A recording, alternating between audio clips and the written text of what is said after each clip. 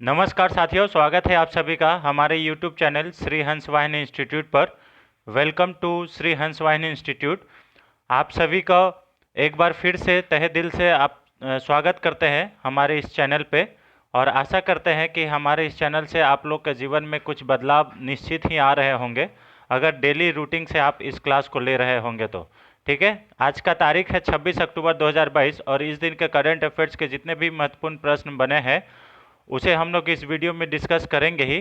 साथ साथ में हम लोग कल से कंप्यूटर के भी इसमें प्रश्न को जोड़ने का निर्णय लिए हैं। तो प्रतिदिन हम लोग पाँच पाँच करके कंप्यूटर का भी प्रश्न इसमें ऐड करेंगे जो कॉम्पिटिटिव एग्जाम में आते हैं। ठीक है, कंप्यूटर से रिलेटेड क्वेश्चंस ऐसे भी हैं जो आपको आते भी होंगे, ऐसे भी होंगे जो आपको नहीं आते होंगे, तो उसे आप लोग ध्यान से नोट डाउन कीजिएगा और सीखिएगा। ठीक है, तो चलिए आज का मोटिवेशन देख लेते हैं। आज का मोटिवेशन है, life isn't about waiting for the storm to pass, it's about learning how to dance in the rain. समझ में आया इसको? मतलब इसका मोटिवेशन का समझ में आया। लाइफ वो नहीं है कि आप आंधियों का मतलब आने का इंतजार कर रहे हैं। ठीक है, आंधी आएगी और चले जाएगी, लाइफ उसको नहीं बोलते हैं। ठीक है, लाइफ उसको बोलते हैं जो अपना जितना भी मतलब चिंता है, फिक्र है, उसको छोड़ के, जो हम लोग चिंता फिक्र छोड़ के जो बारिश में डांस करते हैं, उस प्रकार का लाइफ जीने का ये मोटिवेशन बोल रहा है। समझ में आ रहा है? तो चलिए इसी मोटिवेशन को साथ आज हम लोग पहला क्वेश्चन देखते हैं। लेकिन उससे पहले हम लोग इस कंटेंट में जो भी नए स्टूडेंट हैं उनको ये बता दें कि नेशनल इंटरनेशनल अवार्ड्स, ये सब awards and honours person, art and culture, ये सब गवर्नमेंट स्कीम हम लोग इसमें डिस्कस करते हैं। साइंस एंड टेक्नोलॉजी हो गया, बैंकिंग हो गया, रिपोर्ट्स हो गया, स्पोर्ट्स रिलेटेड न्यूज़ हो गया, डिफेंस सिक्योरिटी हो गया, इन्वायरमेंट, बायोडाइवर्सिटी, कॉन्स्टिट्यूशनल और इम्पोर्टेंट डेज, और भी बहुत सारे इवेंट्स हैं जैसे ऑबिचुअरी हो गया, वो सब भी हम लोग इसमें डिस्कस करते हैं। तो आज का पहला क्वेश्चन देख लेते हैं। आज का पहला क्वेश्चन है जो कि बहुत ही ज़्यादा इंपॉर्टेंट है फ्रेंड्स, है ना। हाल ही में किस अंतरिक्ष एजेंसी के द्वारा जून 2023 में चंद्रयान 3 लॉन्च किया जाएगा?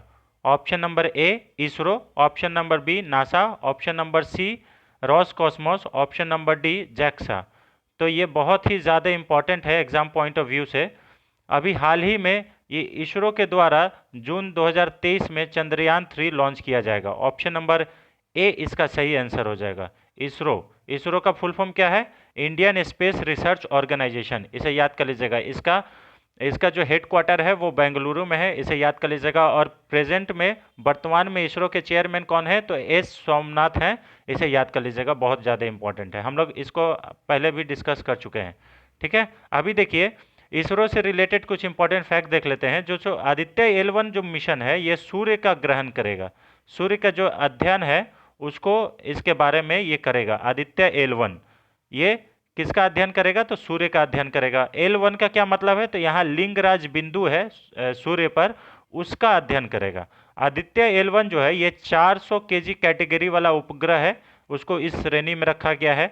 ठीक है, आदित्य एल 1 ये PSLV एक्सएल रॉकेट के द्वारा लॉन्च किया जाएगा। ये थोड़ा सा याद कर लीजिएगा कौन सा रॉकेट से लॉन्च किया जाएगा। और इसमें 7 पेलोड है, यानी कि उपकरण है। आपको मालूम होगा कि रॉकेट का ऊपरी भाग जो टोपी जैसा भाग होता है उसको पेलोड बोलते हैं, उसे याद कर लीजिएगा। और निचला भाग वो रॉकेट है। ठीक है, तो इसमें कितने पेलोड होंगे? 7 पेलोड होंगे, इसे याद कर लीजिएगा, बहुत ज़्यादा इंपॉर्टेंट है। ठीक है, उसके अलावा और भी कुछ इंपॉर्टेंट है, जैसे कुछ दिन पहले जीसैट उपग्रह को लॉन्च किया गया था। तो जीसैट जो उपग्रह है ये कहाँ से लॉन्च किया गया था? तो फ्रेंच गुयाना का जो कोरू तट है वहाँ से लॉन्च किया गया था। और जीसैट को टाटा कंपनी लीज पर लिया है, इसे याद कर लीजिएगा। जीसैट जो उपकरण है इसको आज़ादी सैट भी कहा जाता है, इसे याद कर लीजिएगा। और एरियन 5 रॉकेट से इसको लॉन्च किया गया है, यह भी याद कर लीजिएगा। कहाँ से लॉन्च किया गया है? फ्रेंच गुयाना का कोरू तट से। और जीसैट को किस कंपनी के द्वारा लीज पे लिया गया है? तो टाटा कंपनी के द्वारा लिया गया है। और जी सैट को आज़ादी सैट के भी नाम से जाना जाता है। जी सैट को एरियन 5 रॉकेट से लॉन्च किया गया है। उसके बाद देखिए EOS-04 उपग्रह ये 2022 का पहला उपग्रह है। और EOS का फुल फॉर्म क्या है? अर्थ ऑब्जर्वेटरी सैटेलाइट 04। ठीक है, याद रखिएगा, अर्थ ऑब्जर्वेटरी सैटेलाइट 04 ये इसरो के द्वारा 2022 का पहला उपग्रह छोड़ा गया था। और इसको किस रॉकेट से छोड़ा गया है? तो PSLV C-52 से छोड़ा गया है, इसे याद कर लीजिएगा, बहुत ज़्यादा इंपॉर्टेंट है ना। राशिद किस देश का चंद्रयान रोवर मिशन है? तो ये है UAE का। किसका है? UAE का।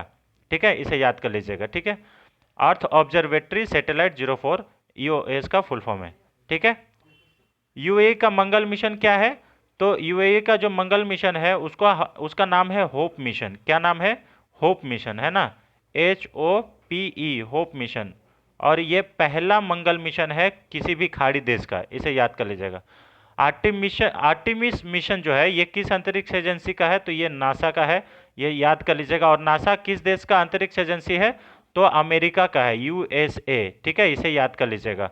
अभी कुछ दिन पहले ही भारत मतलब इसरो और नासा ने मिलकर एक निसार प्रोजेक्ट लॉन्च किया था, इसे याद कर लीजिएगा। इसमें N से नासा है और S से इसरो है, इसे याद कर लीजिएगा, निसार।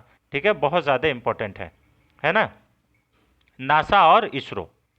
हाल ही में किस देश के द्वारा कृत्रिम सूर्य का विकास किया गया है? यह चीन के द्वारा किया गया है। कृत्रिम सूर्य का मतलब क्या है? कि सूर्य के जैसा ही उतना ही ताप उत्पन्न करने वाला एक यंत्र बनाया गया है, वो किसके द्वारा किया गया है? चाइना के द्वारा किया गया है। ठीक है, चलिए क्वेश्चन नंबर 2 पे आते हैं। ये भी बहुत ज़्यादा इंपॉर्टेंट है। आप लोग अगर घूमने में रुचि रखते हैं तो आप लोगों ने देखा होगा रामेश्वरम जो तट है, जहाँ पे भगवान शिव का जो लिंग है रामेश्वरम, आप लोग तो नाम सुने ही होंगे। वहाँ पे एक रेल पुल है, पंबन ब्रिज। ठीक है, उसी के बारे में ये क्वेश्चन है। हाल ही में भारत का पहला ऊर्ध्वाधर लिफ्ट पुल पंबन रेल पुल किस राज्य में बनाया जा रहा है? Option number A Assam, option number B Telangana, option number C Karnataka, option number D Kerala. तो अभी ये जो है भारत का पहला ऊर्ध्वाधर लिफ्ट पुल पंबन रेल पुल, ये कर्नाटक में बनाया जा रहा है। ऑप्शन नंबर सी इसका सही आंसर है। आपको मालूम होगा कि वो बहुत ही लंबा ब्रिज है, और उसी का एक पैरेलल में दूसरा पुल भी, रेलवे पुल बनाया जा रहा है, और जो कि वहाँ से बड़ा बड़ा शिप भी अगर गुजर पाएगा तो आसानी से वो ऊपर उठ जाएगा। अभी भी उठने का फैसिलिटीज़ है, लेकिन थोड़ा अभी उसमें एडवांस टेक्निक के साथ उसको बनाया जा रहा है। तो इसका सही आंसर हो जाएगा ऑप्शन नंबर सी कर्नाटक। ठीक है, इससे रिलेटेड कुछ इंपॉर्टेंट फैक्ट देख लेते हैं। जैसे कर्नाटक जो है, इसकी राजधानी बेंगलुरु है, आपको मालूम होगा। ठीक है, मुख्यमंत्री वशभराज बोम्मई है। ये सब हम लोग पहले भी डिस्कस कर चुके हैं।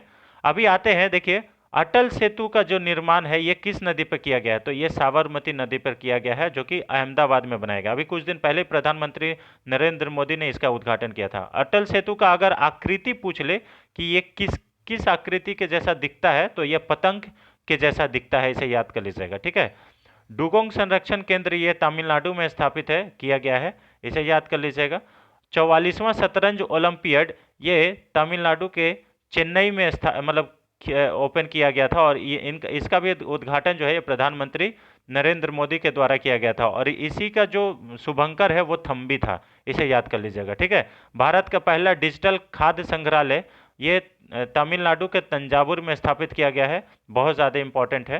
ठीक है, डिजिटल खाद्य संग्रहालय। कोलार गोल्ड फील्ड KGF है ना, ये कहाँ पे स्थित है? तो ये कर्नाटक में स्थित है, इसे याद कर लीजिएगा, कोलार गोल्ड फील्ड। ठीक है, चलिए क्वेश्चन नंबर 3 पे आते हैं। हाल ही में किस शहर में आकाश फॉर लाइफ अंतरिक्ष सम्मेलन का आयोजन किया गया है? Option number A Dehradun, option number B Mumbai, option number C Varanasi, option number D Ahmedabad. तो अभी हाल ही में आकाश फॉर लाइफ जो है ये देहरादून में आयोजित किया गया है, इसे याद कर लीजिएगा, बहुत इंपॉर्टेंट है। आपको मालूम होगा कि लाइफ जीने में 5 तत्व है ना, आकाश, अग्नि, पृथ्वी, वायु, ठीक है, और जल। ये 5 तत्व से मिलके मनुष्य का जो लाइफ है वो बना है। तो पहला जो है आकाश फॉर लाइफ, आकाश से ये लाइफ के लिए, तो ये देहरादून में इसका सम्मेलन आयोजित किया गया है अंतरिक्ष से रिलेटेड, तो इसी के नाम पे ये रखा गया है, इसे याद कर लीजिएगा। ठीक है, देहरादून जो है ये किसकी राजधानी है? तो ये उत्तराखंड की राजधानी है, आपको मालूम होगा। और उत्तराखंड की और एक राजधानी है, ग्रीष्मकालीन राजधानी, जिसको गैरसेन बोलते हैं, उत्तराखंड के जो मुख्यमंत्री है वो पुष्कर सिंह धामी है, और उत्तराखंड के राज्यपाल गुरमीत सिंह है, इसे याद कर लीजिएगा। ठीक है, जिम कॉर्बेट नेशनल पार्क और राजाजी नेशनल पार्क उत्तराखंड में स्थित है। फूलों फूलों की घाटी और देवों की भूमि, ये उत्तराखंड को कहा जाता है। बहुत ज़्यादा इंपॉर्टेंट है। ठीक है, क्वेश्चन नंबर 4 पे आते हैं। हाल ही में फीफा महिला विश्व कप 2023 का शुभंकर का अनावरण किया गया है, उसका नाम क्या है? देखिए, फीफा 2000 जो 22 का फीफा वर्ल्ड कप है वो तो यूएई में हो रहा है। ठीक है, कतर दोहा में हो रहा है, सॉरी कतर में होगा। ठीक है, कतर में होगा 2022 का मेंस वाला, है ना, मेंस वाला। लेकिन यहाँ पे देखिए महिला विश्व कप 2023, अब फीफा किस खेल से संबंधित है? तो फुटबॉल से संबंधित है। इसका शुभंकर क्या है? Option number A Tajuni, option number B Majuli, option number C Thambi, option number D इनमें से कोई नहीं। तो जो इसका शुभंकर है वो तजुनी है, इसे याद कर लीजिएगा। ठीक है, फीफा महिला विश्व कप 2023। ठीक है, तो वुमेन्स का फुटबॉल वर्ल्ड कप होगा 2023 में, और मेंस वाला 2022 में हो रहा है, जो कि कतर दोहा में आयोजित किए जाएंगे। ठीक है, तो इसका जो शुभंकर है वो तर्जुनी है, इसे याद कर लीजिएगा। और इसका जो अनावरण है ये ऑस्ट्रेलिया और न्यूजीलैंड दोनों मिल के किए हैं, इसे याद कर लीजिएगा। अभी हाल ही में T20 मेंस वर्ल्ड कप जो है, ये वर्ल्ड कप ये कहाँ पे आयोजित किए जा रहे हैं? तो ऑस्ट्रेलिया में आयोजित किए जा रहे हैं, इसे याद कर लीजिएगा, बहुत ज़्यादा इंपॉर्टेंट है। ठीक है, जिसमें अभी हाल ही में मेलबोर्न क्रिकेट स्टेडियम के बाहर सेन वॉन का प्रतिमा का अनावरण किया गया है, और वहीं पे एमसीजी क्रिकेट ग्राउंड में अभी भारत ने पाकिस्तान को 4 विकेट से हराया है। ठीक है, इसे याद कर लीजिएगा। क्वेश्चन नंबर 5 पे आते हैं। हाल ही में किस राज्य की विधानसभा के डिप्टी स्पीकर आनंद मलानी का निधन हो गया? Option number A Karnataka, option number B Kerala, option number C Tamil Nadu, option number D Andhra Pradesh. तभी हाल ही में कर्नाटक के जो विधानसभा के डिप्टी स्पीकर थे आनंद मलानी, उनका निधन हो गया है। ऑप्शन नंबर ए इसका सही आंसर हो जाएगा। ठीक है, कर्नाटक की राजधानी बेंगलोर है, इसका पहले हम लोग भी बात कर चुके हैं, और मुख्यमंत्री वसुंधरा बम्बई है, और जो राज्यपाल है वो थावरचंद गहलोत है। आपको मालूम होगा कि कर्नाटक में एसबीआई भारतीय स्टेट बैंक ऑफ इंडिया ने मतलब स्टार्टअप्स के लिए एक मतलब स्पेशल ब्रांच ओपन किया है, जो कि स्टार्टअप को ही वो मदद करेगा, हेल्प करेगा।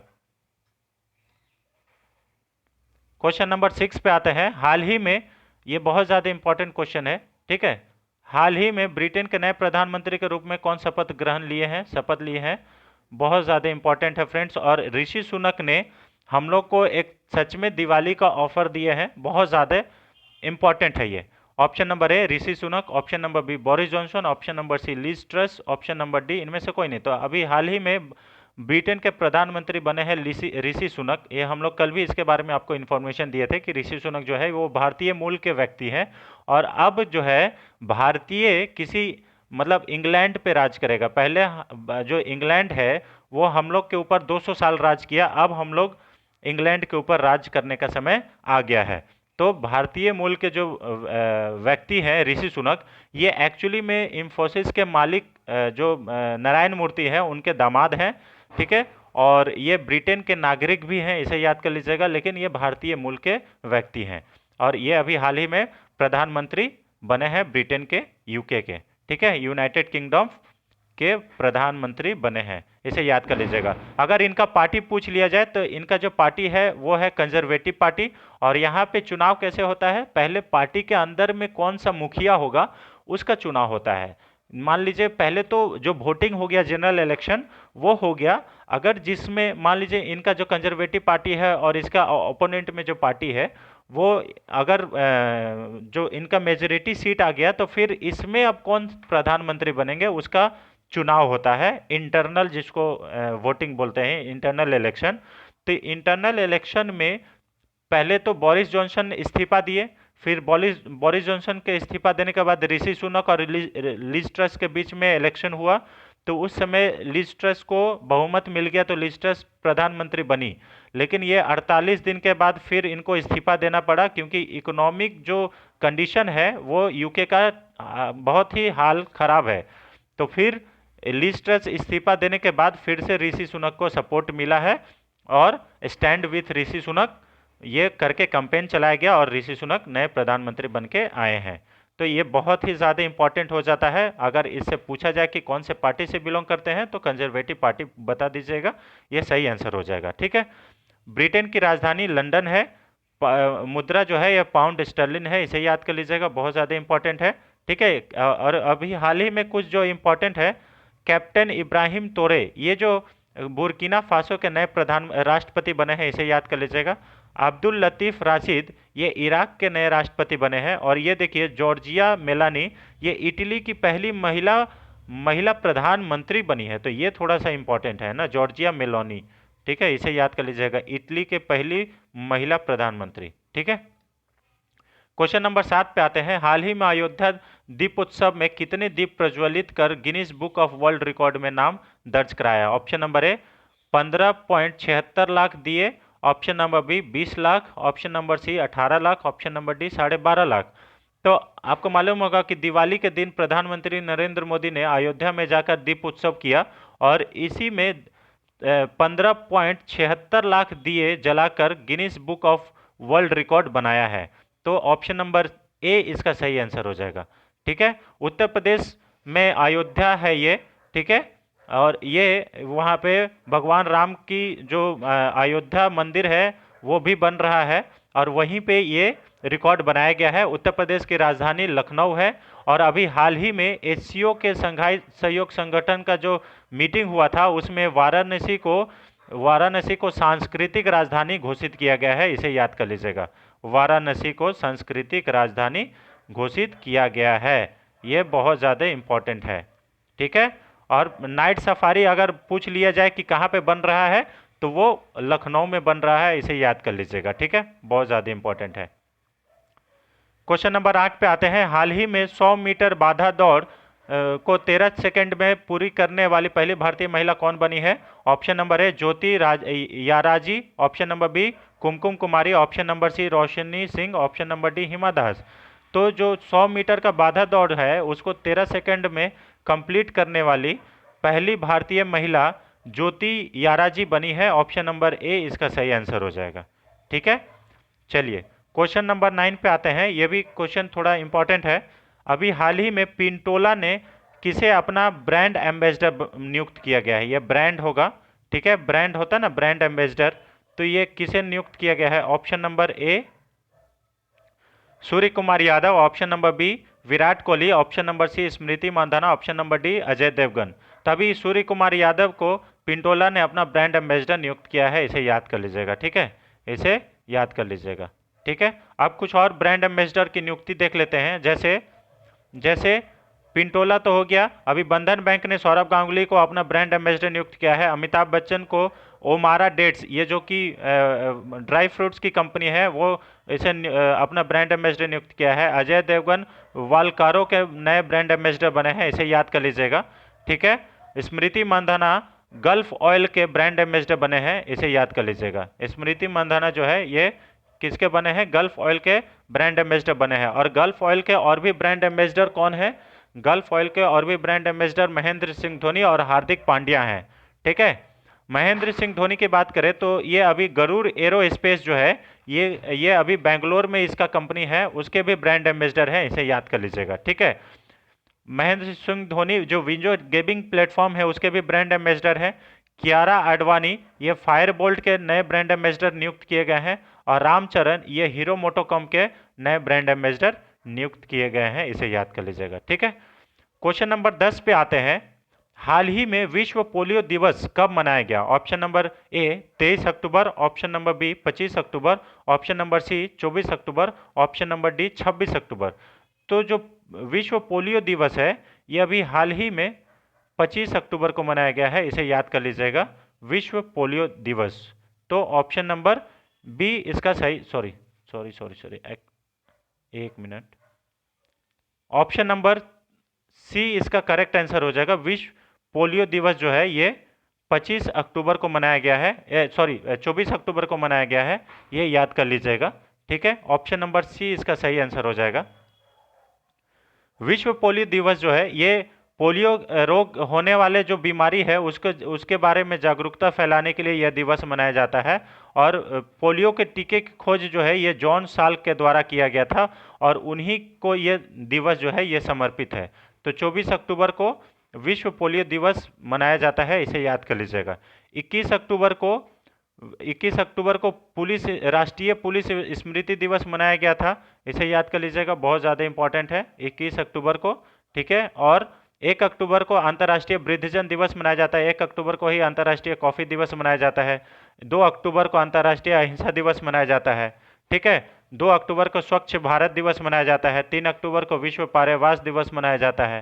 तो ये सब जो है 4 अक्टूबर को विश्व पशु दिवस मनाया जाता है। ठीक है, ये सब जो भी दिवस है इसे याद कर लीजिएगा। 5 अक्टूबर को विश्व शिक्षक दिवस मनाया जाता है। 7 अक्टूबर को विश्व कपास दिवस मनाया जाता है। 7 अक्टूबर को ही विश्व मुस्कान दिवस मनाया जाता है। 8 अक्टूबर को विश्व प्रवासी पक्षी दिवस मनाया जाता है। 8 अक्टूबर को भारतीय वायुसेना दिवस मनाया जाता है। 9 अक्टूबर को विश्व डाक दिवस मनाया जाता है। 10 अक्टूबर को विश्व मानसिक स्वास्थ्य दिवस मनाया जाता है। ठीक है, 11 अक्टूबर को अंतर्राष्ट्रीय बालिका दिवस मनाया जाता है। 12 अक्टूबर को विश्व गठिया रोग दिवस मनाया जाता है। 13 अक्टूबर को अंतर्राष्ट्रीय आपदा न्यूनीकरण दिवस मनाया जाता है। 14 अक्टूबर को अंतर्राष्ट्रीय ई कचरा दिवस मनाया जाता है। 15 अक्टूबर को विश्व छात्र दिवस मनाया जाता है। 15 अक्टूबर को ही ग्रामीण महिला अंतर्राष्ट्रीय दिवस मनाया जाता है। 16 अक्टूबर को विश्व खाद्य दिवस मनाया जाता है। 17 अक्टूबर को अंतर्राष्ट्रीय गरीबी उन्मूलन दिवस मनाया जाता है। विश्व सांख्यिकी दिवस ये 20 अक्टूबर को मनाया जाता है। ठीक है, और राष्ट्रीय सांख्यिकी दिवस ये 29 जून को मनाया जाता है, इसे ये थोड़ा सा याद रखिएगा। 23 अक्टूबर को विश्व तिल दिवस मनाया जाता है, जो कि हम लोग कल डिस्कस कर चुके थे। ठीक है, ये रहे अभी तक के आज के करंट के जितने भी महत्वपूर्ण प्रश्न बने हैं उसे। और यहाँ से अब हम लोग कंप्यूटर के कुछ प्रश्न को डिस्कस कर लेते हैं। देखिए, पहला क्वेश्चन है कंप्यूटर का, सबसे तेज कंप्यूटर इनमें से कौन सा है? Option number A mini computer, option number B micro computer, option number C mainframe computer, option number D super computer. तो जो सबसे तेज कंप्यूटर है वो होता है super computer. Option number D इसका सही आंसर हो जाएगा। सुपर कंप्यूटर जो है ये सबसे तेज कंप्यूटर होता है और जितने भी अंतरिक्ष रिलेटेड काम होता है ये सब सारे चीज सुपर कंप्यूटर से ही किया जाता है। ठीक है, क्वेश्चन नंबर 2 पे आता है कंप्यूटर से रिलेटेड। भारत में निर्मित परम कंप्यूटर किस प्रकार का कंप्यूटर है? Option number A micro computer, option number B mini computer, option number C mainframe computer या option number D super computer. तो जो परम कंप्यूटर है भारत में निर्मित जितने भी सुपर कंप्यूटर है उसको परम से नाम दिया गया है, तो ये भी सुपर कंप्यूटर ही है। ठीक है, इसे याद कर लीजिएगा। परम कंप्यूटर किस प्रकार का कंप्यूटर है? सुपर कंप्यूटर है, इसे याद कर लीजिएगा। ठीक है, क्वेश्चन नंबर 3 पे आते हैं। हाल ही में आई मैक का मतलब होता है इंटरनेट मैकिंटोश, ये एप्पल का ही है। ठीक है, इसे याद कर लीजिएगा, इंटरनेट मैकिंटोश क्या है, इसका फुल फॉर्म क्या है? Internet Macintosh. ठीक है, मैकिंटोश। तो ये क्या है? तो ये एक प्रकार का मशीन है, एक प्रकार का प्रोसेसर है और एक प्रकार का प्रोग्राम है या एक प्रकार का रजिस्टर है। तो इंटरनेट जो मैकिंटोश है ये एक प्रकार का मशीन है, इसे याद कर लीजिएगा। ये एप्पल का ही एक प्रकार का मशीन है। ठीक है, मतलब लैपटॉप है ना। चलिए क्वेश्चन नंबर 4 पे आते हैं। www के आविष्कारक कौन थे? ये बहुत ज़्यादा इंपॉर्टेंट है और इस प्रकार का क्वेश्चन आपको एग्जाम में देखने को मिलते भी हैं। ठीक है, आपको कमेंट बॉक्स में इसके साथ मैं और एक क्वेश्चन पूछूंगा, एक दो क्वेश्चन, उसको भी बताना है। ठीक है, तो www के आविष्कारक कौन है? Option number A Lee S Fiong, option number B Bill Gates, option number C Watson, option number D Tim Berners Lee. तो ये जो WWE की जो आविष्कार है वो है टिम बर्नली के द्वारा किया गया है। ऑप्शन नंबर डी इसका सही आंसर हो जाएगा। ठीक है, आप बताइएगा कि माउस के आविष्कारक कौन है। ठीक है, क्वेश्चन नंबर 5 पे आते हैं। निम्न में से किसका संबंध कंप्यूटर के प्रोसेसर से नहीं है? Option number A dual core, option number B i7, option number C Celeron, option number D Android.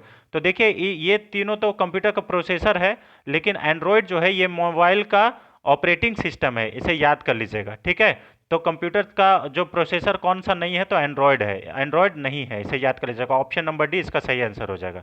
और ये अच्छा क्वेश्चन है फ्रेंड्स, इसे याद कर लीजिएगा, बहुत ज़्यादा इंपॉर्टेंट है ना। आई होप आपको बहुत ज़्यादा ये अच्छा लगा होगा, हेल्पफुल लगा होगा। अगर वीडियो पसंद आ रहा है तो वीडियो को लाइक करें, शेयर करें, चैनल पर नए हैं तो चैनल को सब्सक्राइब करें। आपको करंट के साथ साथ हम लोग यहाँ पे कंप्यूटर के भी प्रश्न सिखा रहे हैं। तो ये रहे फ्रेंड्स आज के 10 अति महत्वपूर्ण प्रश्न। आई होप आपको वीडियो अच्छा लगा होगा। Thanks for watching, thank you so much.